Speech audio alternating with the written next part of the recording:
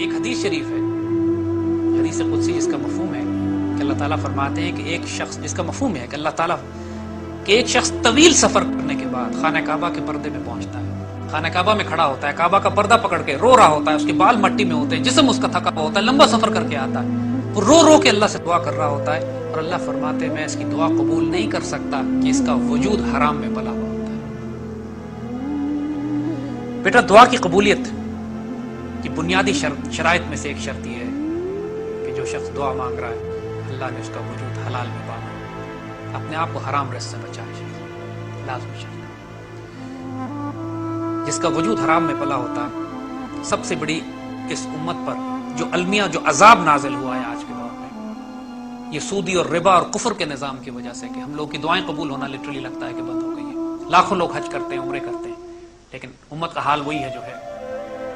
اس کی وجہ، بڑی وجہ یہی ہے کہ انسان آج کل کے مسلمانوں میں، آج کل کے دور میں رزق حلال اور حرام کی تمیز کا فرق ختم ہو گیا ہے۔ دوسری بات کہ دعا پرواز نہیں کرتی اللہ کی طرف جب تک اس کے بازو، اس کے پر درود شریف سے نہ لگایا جائے۔ دعا سے پہلے، دعا کے بعد درود شریف، جب تک درود شریف نہ ہو اس وقت تک کی دعا پرواز نہیں کرتی۔ دعا کے آداب ہیں، دعا کے پروٹوکولز پہ یقین، یہ مان ہو کہ میرا رب میرا سننے والا ہے، رزق حلال ہو، درود شریف کی برکت ہو اس کے ساتھ، اور ماشاءاللہ وہ دو جناح، جو پر اس کے ساتھ لگے ہیں، درود شریف کی برکت سے پرواز اپنے رب کی طرف کرتی ہے۔ لیکن بیٹا ایک بات رکھنا، دعا میں دو طرح کی ہوتی ہے۔ ایک دعا وہ ہوتی ہے جو انسان اپنے لیے کرتا ہے، انسان مانگتا ہے۔ دوسری دعا وہ ہوتی ہے جو دوسرے آپ کے لیے مانگتے ہیں۔ اسی لیے اللہ کے نیک بندوں سے دعا کروانا حضور کی سنت بھی ہے۔ حضور صحابہ سے فرمایا کرتے تھے میرے لیے دعا کرو، کیونکہ بعض اوقات میرے وجود میں کوئی غلطی کوتاہی ہو سکتی ہے، میری دعا میں کوئی کمی کوتاہی ہو سکتی ہے، لیکن اللہ کا کوئی نیک بندہ، کوئی مسکین، کوئی عاجز، کوئی یتیم، کوئی بیوہ، جس میں اور اللہ کے درمیان کوئی پردہ نہ ہو، اس کی دعائیں لگتی ہیں۔ بیٹا جس طرح مال کمایا جاتا ہے نا، یہ بات یاد رکھنا ہمیشہ، جس طرح انسان گھر سے باہر نکل کے نوکری کرتا ہے، رزق کماتا ہے، تلاش کرتا ہے، کاروبار کرتا ہے، پیسے کما کے لاتا ہے، اسی طرح دعائیں کمانی پڑتی ہیں۔ دعاؤں کی تلاش کیا کرو، دعاؤں کے لیے نکلا کرو۔ اور دعا کس طرح ملتی ہے؟ دعا خدمت اور ادب سے ملتی ہے۔ خدمت کرو اور ادب، لوگوں کا ادب کرو۔ جو بے اختیار اگلا دعا دیتا ہے وہ دعا اللہ کے یہاں رد نہیں ہوتی۔ انسان جب کسی کی بے اختیار خدمت کرے، اتنی خدمت کرے کہ اس کے دل سے دعا نکلے آپ کے لیے، یا اس کا ادب کرو۔ جب یہ دو معاملات کرتے ہو، اسی لیے ہمیشہ بزرگوں کی خدمت کرتے ہو، ان کا ادب کرتے ہو، تو دعا ملتی ہے۔ وہ دعا نہیں جاتی،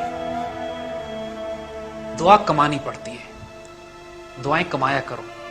جب انسان کو اس کی توقع کے خلاف، توقع کے غیر مطابق تم اس کو عطا کرتے ہو، کچھ دیتے ہو، مثال کے طور پر سڑک پہ کوئی یتیم، کوئی بیوہ، کوئی مسکین تمہیں تکلیف میں نظر آتا ہے، اس کو کوئی توقع نہیں کہ تم اس کو دو گے، جاؤ اس کی ضرورت پوری کر دو، 150 جتنا بھی اللہ نے تمہیں اختیار طاقت دی اس کو دے دو۔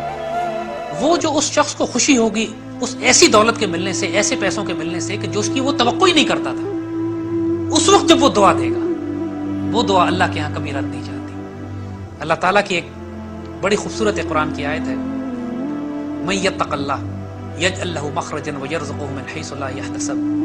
جو اللہ کا تقوی اختیار کرتا ہے، جو اللہ سے محبت اور عشق حقیقی کا اور اللہ سے خوف کا رویہ اختیار کرتا ہے، اللہ اس کے لیے راستے نکالتا ہے، اس کے لیے راستے نکلیں گے، دروازے کھلیں گے، ایونیوز بنیں گے۔ یجعل لہ مخرجا ویرزقہ من حیث لا یحتسب۔ اللہ اس کو ایسی جگہوں سے رزق دے گا جہاں سے اس کو گمان بھی نہیں ہوتا، جہاں سے انسان کو خواب و خیال میں توقع نہیں ہوتی، اللہ اس کو رزق دینا شروع کرتا ہے، علم کا بھی اور ظاہر کا بھی۔ مگر یہ اللہ کس کے ساتھ کرتا ہے؟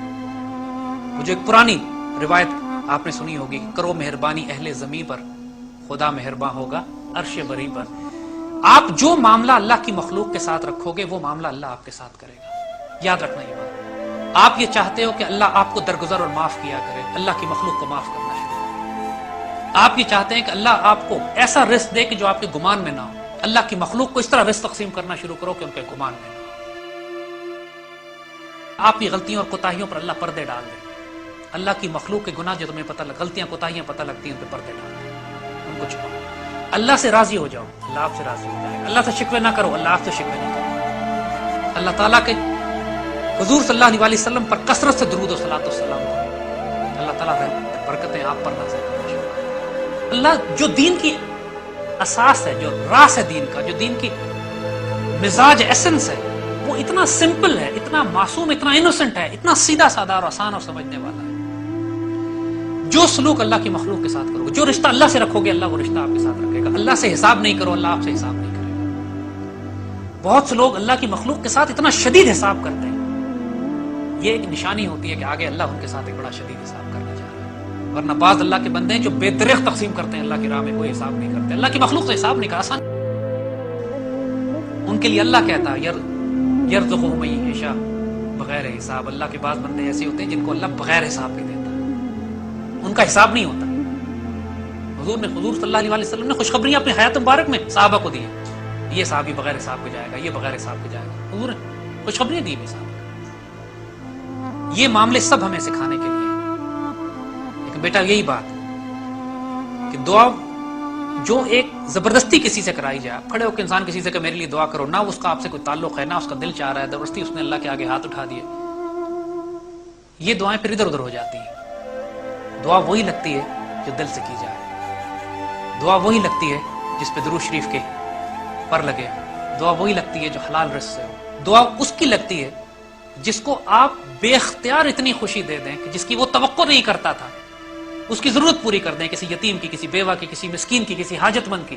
اس طرح اس کو بغیر اس کی توقع کے دے دیں، اور پھر جو وہ دعا دے گا اللہ کے یہاں وہ رد نہیں جاتی. ہاں بعض اوقات اللہ تعالیٰ کی اپنی حکمت کے تحت اس دعا کو اللہ محفوظ کر لیتا ہے. ہم انسان جلد باز ہے نا، ہم چاہتے ہیں ہماری بات ابھی فوراً پوری ہو جائے، وہ نہیں ہوتی. لیکن اللہ تعالیٰ اس دعا کو ضائع نہیں کرتا، اس کے بدلے اجر، مقام، درجات کی بلندی، آسانیاں، سہولتیں. اور ایک بات ذہن میں یاد رکھنا، ہم انسانوں کو پتہ نہیں ہوتا کہ ہمارے لیے کیا چیز بہتر ہے، کیا بہتر نہیں ہے. لوگ نہ جانے اللہ سے کیا کیا مانگ لیتے ہیں.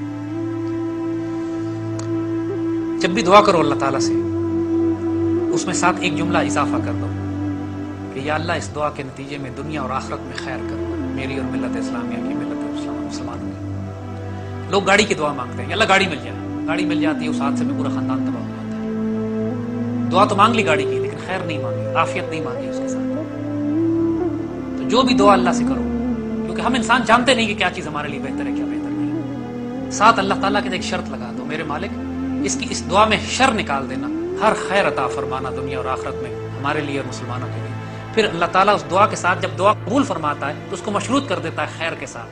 خیر کے ساتھ دعا آتی ہے، اس میں سے شر نکال دیا جاتا ہے. یہ بھی دعا کے کچھ آداب ہیں. انشاءاللہ ان آداب کے ساتھ دعا کرو گے یا دعا کرواؤ گے. یعنی دعا بھی کمانی پڑتی ہے، جو بات کہی، دعا کماؤ، نکلو گھروں سے، خدمت کرو لوگوں کی، ضرورتیں پوری کرو، یتیموں، بیواؤں، مسکینوں کی، اور دعائیں کماؤ. جس طرح تنخواہ کماتے ہو ویسے دعائیں کمایا کرو. کیونکہ جو بدنصیب ہے وہ شخص جو دعائیں کماتا نہیں، جس کو دعائیں نہیں لگتی. کیونکہ یقین کرو تقدیر کو کوئی چیز نہیں بدل سکتی. میرے آقا صلی اللہ علیہ وسلم نے فرمایا سوائے دعا کے. بڑی بڑی مصیبتیں ٹل جاتی ہیں، آزمائشیں، بڑی مصیبت چھوٹی ہو جاتی، چھوٹی مصیبت ختم ہو جاتی، آسانیاں ہو جاتی. مصیبت آتی ہے تو اللہ آسانی سے راستے نکال دیتا ہے. دعائیں کمایا کرو، اور دعا کے لیے پہلی شرط ادب.